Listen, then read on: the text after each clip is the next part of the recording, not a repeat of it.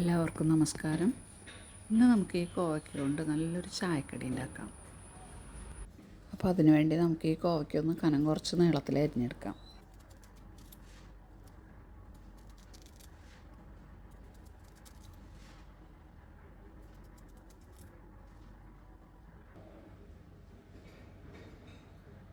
ഇനി ഇതിലേക്കുള്ള മസാല റെഡിയാക്കാം.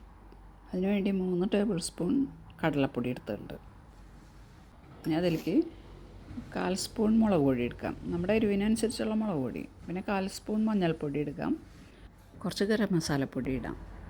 ഇനി അതിലേക്ക് 3 കൊറ്റ് വെളുത്തുള്ളി എടുത്തിട്ടുണ്ട്. ഒരു ചെറിയ കഷ്ണം ഇഞ്ചി എടുത്തിട്ടുണ്ട്. അതൊന്ന് ചതച്ചിടാം. ഇഞ്ചിയും വെളുത്തുള്ളിയും ചതച്ചതിടാം. ഇനി ഇതിലേക്ക് കറിവേപ്പിലയൊന്ന് ചെറുതായിട്ട് അരിഞ്ഞിടാം. ഇതിലേക്ക് പാകത്തിന് ഉപ്പിടാം.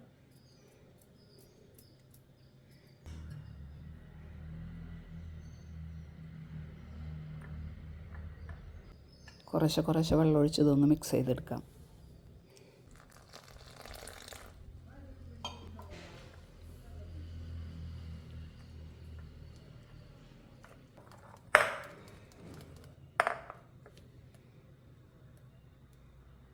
ഇതിലൊരു സ്പൂൺ അരിപ്പൊടിയും കൂടി ഇടുന്നുണ്ട്.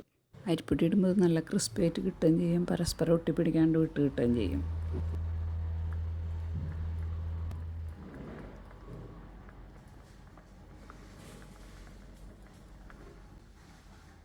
ഇനി ഈ മാവിലേക്ക് മുറിച്ച് വെച്ചിട്ടുള്ള കോവയ്ക്ക കഷ്ണങ്ങളായിട്ട് മുക്കി പൊരിച്ചെടുക്കാം.